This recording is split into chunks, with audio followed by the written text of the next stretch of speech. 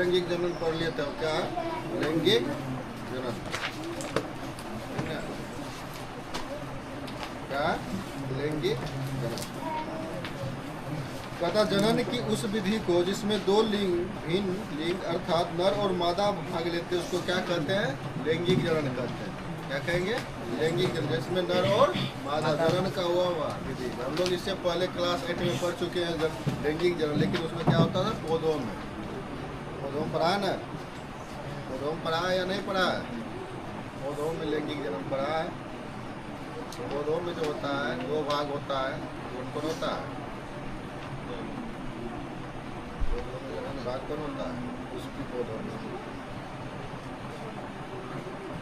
कुछ नहीं आता।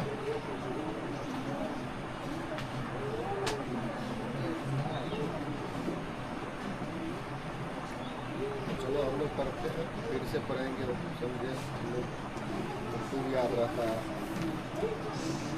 तो जनन की जो विधि में क्या होता है, नर और मादा भाग लेते हैं, उसको हम लोग लैंगिक जनन कहते हैं। नर तथा मादा जनकों द्वारा अलग अलग प्रकार की युग्मकों का निर्माण होता है, ठीक है। नर युग्मक अलग होता है और मादा युग्मक अलग होता है, जो एक कोशिकीय संरचनाएं होती है।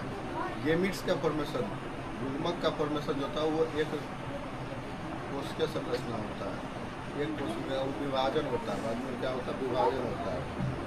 नर युग्मक आकार में अपेक्षाकृत छोटा एवं सचल होते हैं, जबकि मादा युग्मक आकार में बड़ा और अचल होते हैं।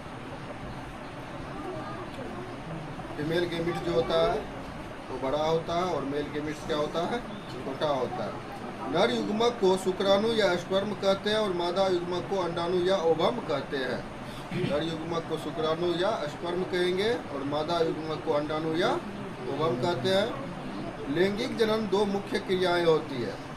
लैंगिक जनन में 2 प्रकार की क्रियाएं होती है। पहला होता है युग्मकों का निर्माण, क्या होता है, गेमिट्स का फॉर्मेशन, ठीक ना, युग्मकों का क्या होगा, निर्माण होगा।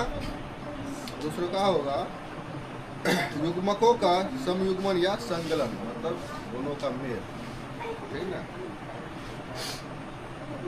नर युग्मक तथा मादा युग्मक के संगलन होता है, उसे निषेचन कहते हैं, फर्टिलाइजेशन कहते हैं। जब दोनों का मेल होता है, ठीक है, क्या होता है, पंखा बंद कर वो एक सर्दी खांसी चला तक पंखा फिर चला